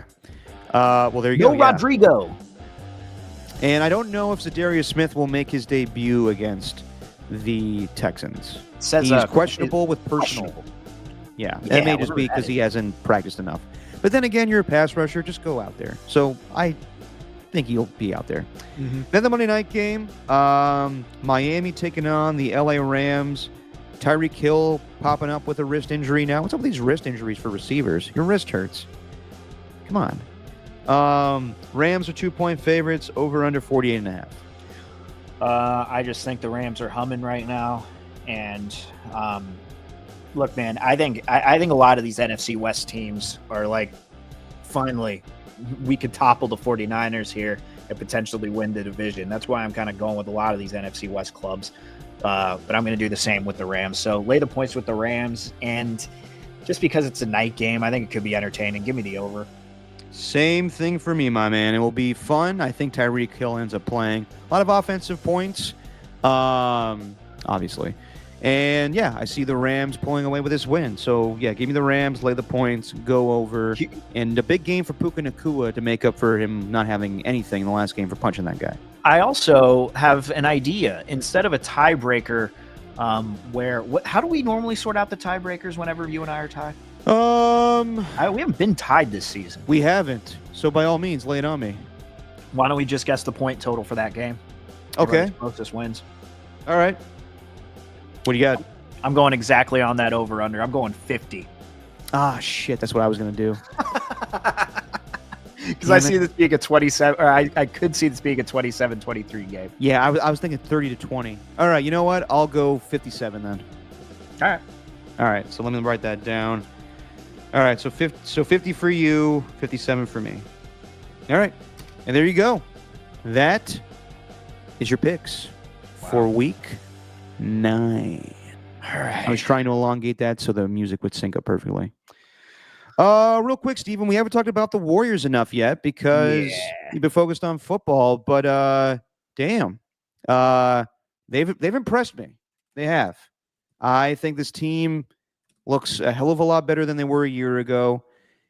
Not as much ego, and that could be because of Klay Thompson. And by the way, Klay Thompson coming back this Tuesday wearing the captain hats. Yes. And yeah, I like that Draymond. I mean, Chris Mullin told Tom a week ago. He's like, I think Draymond's changed, Tommy. I think he has, and I think he has too. I'm not going to go overboard yet, but I think that he's realizing that he can't be as boisterous as he was in years past. And I like the 3-point shooting. I like the defense. Great performance against the Boston Celtics the other night. Yes, they were down Jaylen Brown, but whenever you go to Boston and win, that's impressive. Biggest win of the year. They followed up last night with a huge old stinker against the Cleveland Cavaliers. And the Cavs are really good. They might be the cream of the crop in the East. It's a bad loss last night, but I'm impressed with this team right now. Look, man. The 49ers. The Warriors aren't exactly playing with all-stars. The fact that they managed to beat that Celtics team, even without Tatum, very impressive in Boston. But what do you make of all these little trade rumors that's going around? Because I'm tired of it. I've been dealing with it since I was working at the station, and I'm not around it so much. And if I were to get back into it, then I would entertain these. But as a guy who is not really focused so much on the trade speculation, and to be honest, that's not a part of my job. My job is to not report the rumors unless there's something really like substantial that's going on. But there's nothing substantial yet. It just feels like these rumors around the trades were sparked by ESPN because Brian Windhorst said this one thing, but he said it when he was on First Take, because the only thing you could bring up, you can't have an actual basketball conversation on that show because the two guys that were asking him questions were Dan Orlovsky and Jason McCourty. And no offense to them, but they are NFL guys. And if you want to get deep into the NFL, that's great. But the only way you're going to spark a conversation there is by talking about trading stars. So I just think the trade speculation, I think it's brought up for the wrong reasons right now. Can't we just enjoy what the Warriors are doing? It is early on, but you have to believe of any team that would make a big splash, it would be the Warriors with how much they try to swing for the fences when it came to Lauri Markkanen or Paul George or even Karl Anthony Towns. I just don't think I'm ready to have that conversation yet. I'm not either because they're playing well. However, there is there is stuff to this. Sam Amick did come out and have a report where he said it's now more than ever likely that the Warriors could trade Jonathan Kuminga. And Jonathan Kuminga's playing well off the bench, but we all know Jonathan Kuminga is not happy with being a bench player. He's going through right now because he's playing well, but you best believe he texted Shams, or his agent did, saying I'm being benched tonight, and that's what led to the whole thing. Sure. So if they I would say this. They have a good team right now. Is it a championship team? I don't know about that. But let's see. Let's give it time, and there's plenty of time before the trade deadline in February. But if you're realizing that this team is good but not great, and you have the opportunity to go get Giannis, and that's the only guy I would do this for is Giannis. I don't think Jimmy Butler's going to help them. I don't. I think Jimmy Butler is an aging player. I think that he's very good defensively, and when he wants to explode offensively and take the game over, he can. But when he does that, he's not a complimentary player. It's him taking the ball over and having 44 points or 51 points against the Celtics in the Eastern Conference Finals.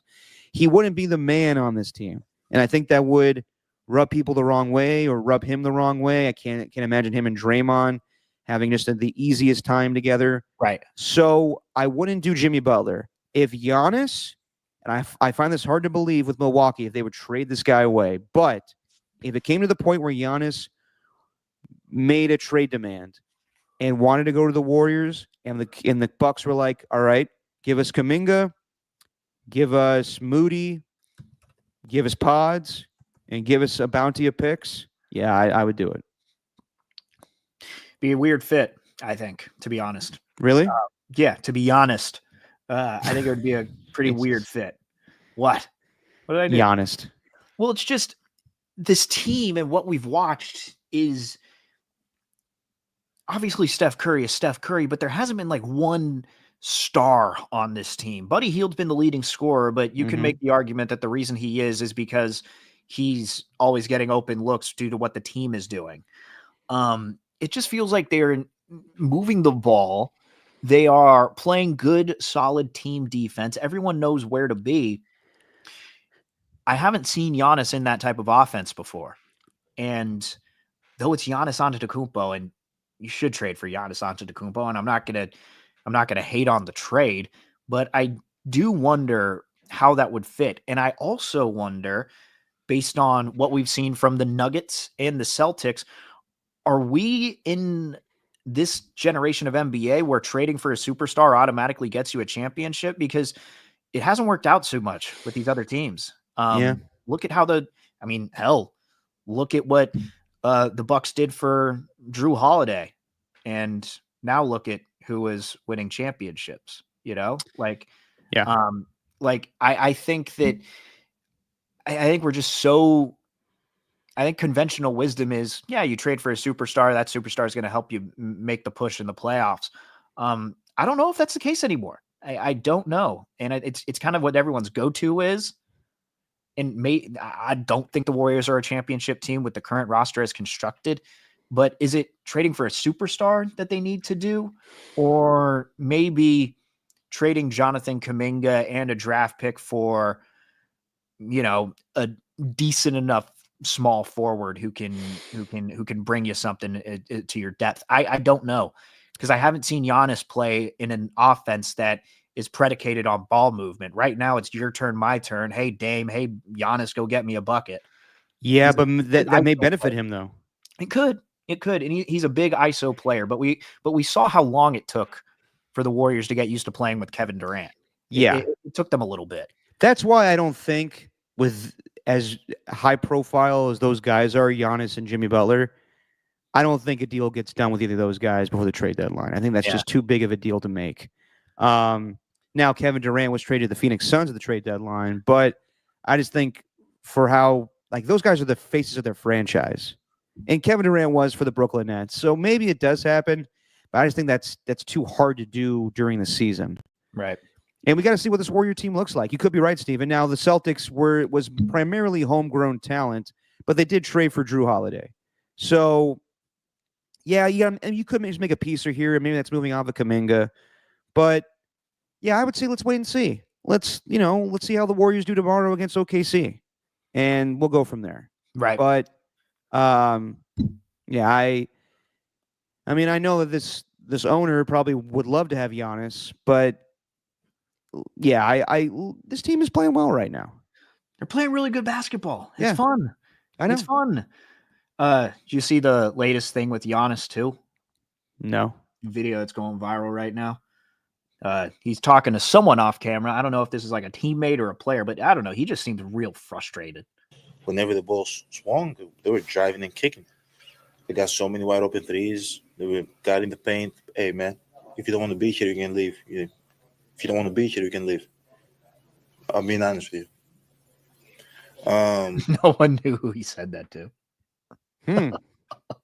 I don't know if that's a reporter or a teammate or a coach or whatever, but like I'd highly doubt a reporter looks disinterested in talking to a superstar like Giannis. Yeah, I would love to know the context of that. I would too. That's interesting. Everyone's trying to guess what it is, and no one knows. Huh. Interesting. That is interesting right there. Right? Ooh, is he talking about? It's a comment from you. Is he talking about Doc? If he was talking to Doc, I think that would be well known to everybody. Right. I think he's talking to a reporter. You think so? I think so. Yeah. Like maybe a guy's yawning or something. Maybe. God, I do not need to be involved in those. I'm yawning all the time. Or maybe he's just like a stream of consciousness where he's like how much hustle the other team has, and he's like reflecting on his own team. He's like, hey, if you don't want to be here right now, these guys are doing the shit that we need to do. It's true. Could be calling out his team. He Giannis. He's being honest. Do a little pop culture catch up. Sure. I do have a question for you, Derek. I guess I'll start out with this. This isn't pop. Go for it. This isn't pop culture so much. Okay. But I guess I could count this as pop culture catch up. This was in the news the other day. And my question for you, if you were wrongfully accused of murder and spent 10 years in prison, if you got paid $38 million, would you do it? How long in prison? 10. If you had to spend 10 years in prison for being convicted of murder, even though it was a wrongful conviction, but you got paid $38 million, would you do it? No. That's the case for this guy, Ryan Ferguson. Yeah. He's awarded $38 million in damages by a jury after an insurance company hired by the city of Columbia failed to pay out his wrongful conviction settlement. A Missouri man whose murder conviction of a local journalist was overturned in 2013 after a flood of media attention will receive a massive payout after suing for overdue cash from his first wrongful conviction lawsuit. Wow. Yeah. 10 years, 38 million? Yeah. I'll clean this up. There's no amount of money that could wash off everything you experience in prison. I'll just say that. Okay, well, what if you could go through it without getting Shawshanked? And that's, I mean, mentally, that's got to fuck with you too. Right? Yeah, I don't see... But you knew that you were getting that 38 mil. Jesse here. Bye, Steven. But you knew you were getting that 38 mil. Okay, well, let me ask you, would? Ask me that when I'm like 50 years old. If I had to spend like from age 50 to 60 in jail, maybe by that point, if our future children are in college, they're out of the house. But we could get 38. Yeah, but maybe Jesse and you want to go, vacation to Costa Rica somewhere when you're 50. Imagine the big vacations we could pull off if I had 38 mil. Yeah, but imagine you're in Costa Rica though. You're taking a vacation, and Jesse's like, "Isn't this beautiful?" And she's like, "Steven, are you okay, Steven?" And you're like, "I can't get prison out of my mind." PTSD. Yes. No, I don't think there's any amount of money that can make me go to prison. And actually, this is a perfect segue to pop culture catch up because this happens in the Penguin. The same thing happens in the Penguin. I haven't seen it. Yeah. The who's the woman from How I Met Your Mother? She was the mother that eventually died. No spoilers. I don't know her name, but I've been seeing a lot of very high praise for her character in yes, Penguin. Okay, so the show, like I said, Colin Farrell, I'm the Penguin, the voice is ridiculous. Yes, the Falcone daughter. She wrongfully goes to jail because her father puts her in prison because she's snooping around too much. And man, that episode is brutal. Brutal. And yeah, she comes out the other side, a big old gangster kingpin. But yeah, you would never want to go to prison for nothing, like for something you didn't do. No, fuck no. But if it was 38 mil, No, dude, no matter no amount of money would ever want. No, absolutely not. get you a 1-bedroom apartment in San Francisco with that money. And that's worth it. 38 mil, baby. Yeah, no thanks. Yeah. No thanks. Yeah. Speaking of another show I've been watching for Pop Culture Catch Up, I started the first episode on the the Vince McMahon documentary. Yeah. Nothing personal, just business. It was So all I- business. So I get that. I'm watching it, and it's very well done. I guess it's done by The Ringer, Bill Simmons' company. The opening scene of the documentary is basically telling you this documentary will not go into any of the transgressions that he's been accused of in the last few years.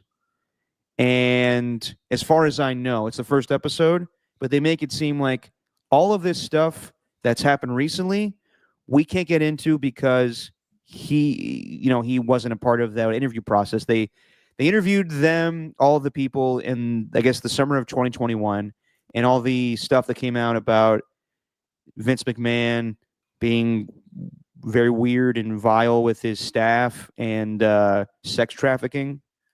That came out They get into it later on. a little bit, not like Well, a ton.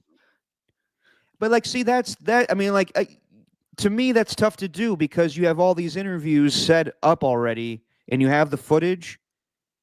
But to play it off like we know this stuff happened, they interviewed some like the Washington Post or the guys that came out with the articles, and they really can't get. I mean, like, unless I'm wrong, Steven, I still have more to go with the series. They can't ask Vince McMahon about it. They can't ask the other people about it because the interviews are already over. Yeah, the interview's already happened. It's an tough. infomercial for the WWE. Oh, is it really? Yeah, because Netflix is going to be like putting WWE matches on their platform. So, well, let me say it also doesn't paint him in a positive light either. It's just his life. It's the truth. No, it's just what happened, and you can't draw the conclusion like, oh, Vince McMahon was wrongfully accused. It's not like this guy who went to prison for 10 years on a wrongful murder conviction. Like, you can draw your own conclusions from McMahon that he's a total dick. Yeah. And he's I'll do anything for the company. It's all business, nothing personal. Like the stuff that he used to do, it's like pretending to like drugging his wife and then like in the context of WWE, right? Pretending that his wife is drugged and like hanging out with a model right in front of his passed out wife. It was all business, nothing personal, nothing business, all business. Yeah. Like I saw that in the beginning where they talked about the Iron Sheik, and the Iron Sheik, was a character in WWE, and fuck the 7-Eleven. And he's fun. He's funny. However, looking at it now, and they get into it and they acknowledge it. Back in the 80s, yeah, it was popular to have foreigners be the villains. And they get into that and they talk about that. And Vince McMahon says, you couldn't do that today. But back then, I didn't give two shits about it.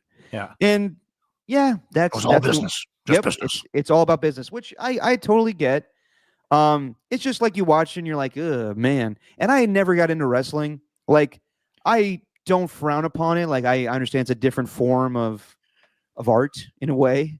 It's theater of the mind in its own way.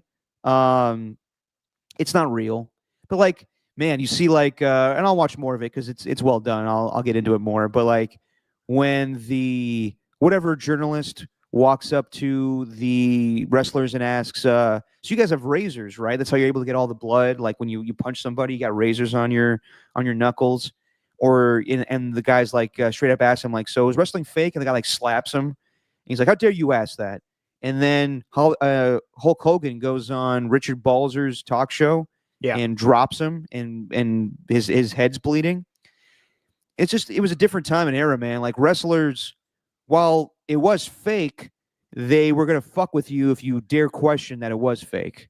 So, and then after a while, they kind of were open to that. Well, I think it's not the idea that it's. I think now the definition of wrestling being fake is different than it was back then. Like, I think when they said it was fake, like literally everything.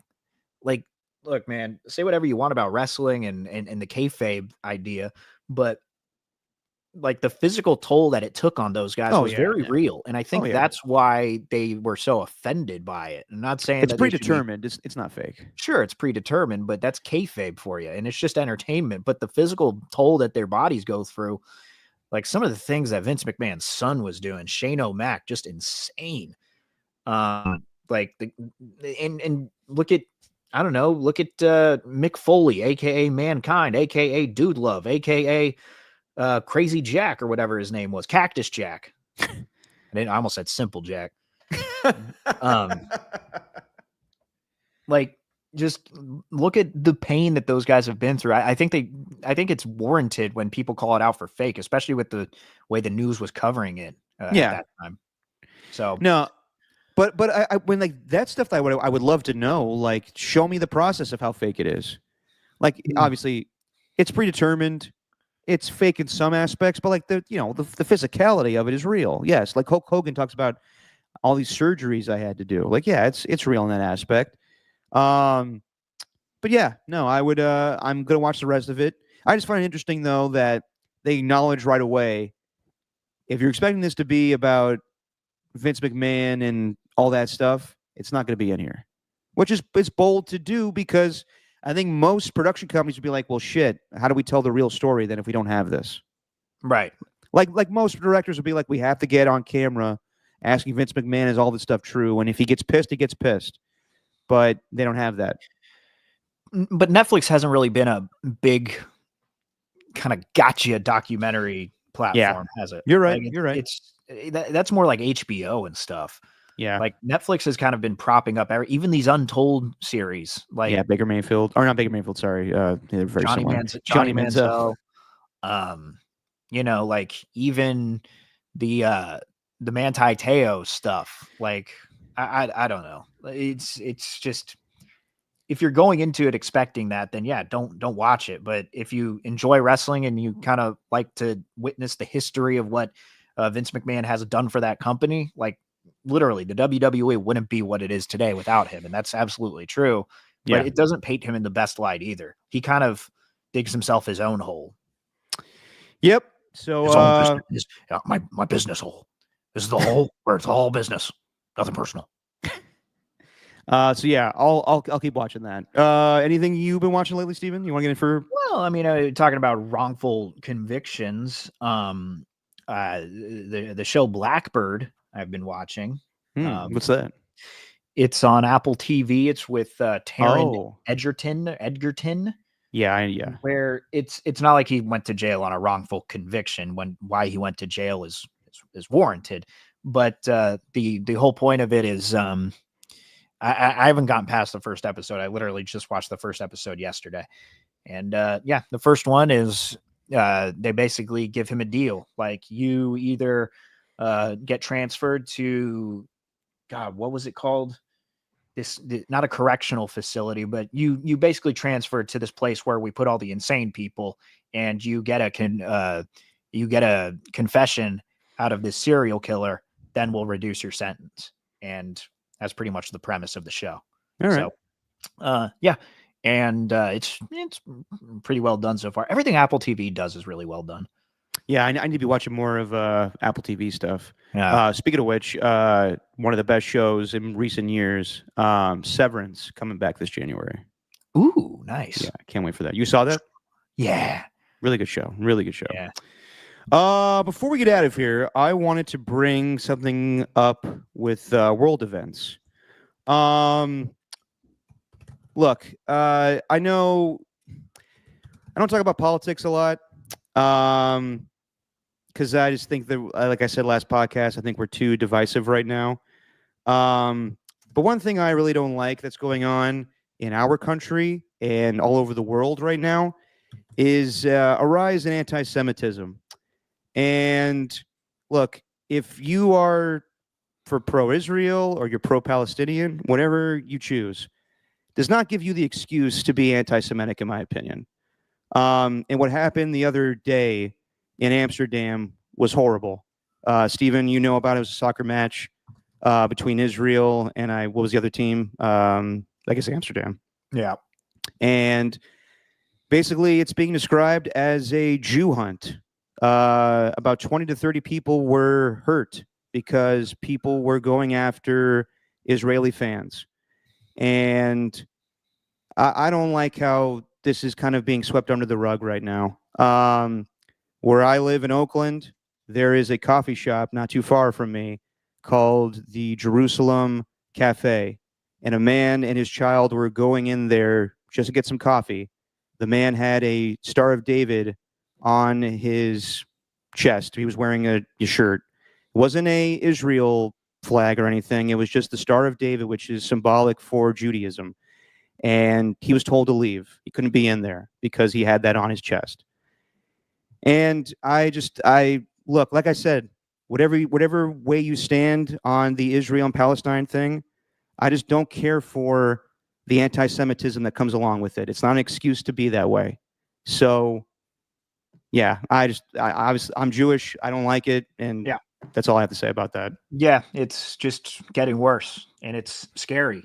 And quite frankly, like, it's why, I just don't like the man who's about to take over the office as the president-elect, because even though there's this idea that division's as bad as it's ever been, but this new office is going to fix everything, like, no, I don't believe that. Me neither. Trump, to me, kind of,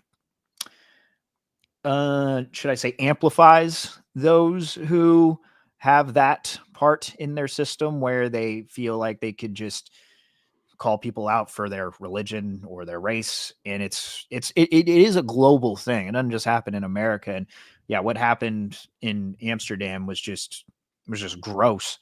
But yeah, there's been a rise in anti-Semitism since obviously the Israel-Palestine conflict and everything that's going on in Gaza. And it is a mess, man. And I don't know, no innocent people deserve to just be attacked the way they are just because this is how they were raised. Like, it's gross, man. It's gross. Yeah, no, I appreciate that, man. But yeah, again, like I said, whatever side you're on, I get it. We all gonna have differing opinions here, but it's not an excuse to hate against a certain group of people. It's just not. So, and I wish more people would speak out, but a lot of people are afraid to these days for, I guess, the right reasons, or whatever reason, not right reasons, but just the scrutiny that comes with it. So, right.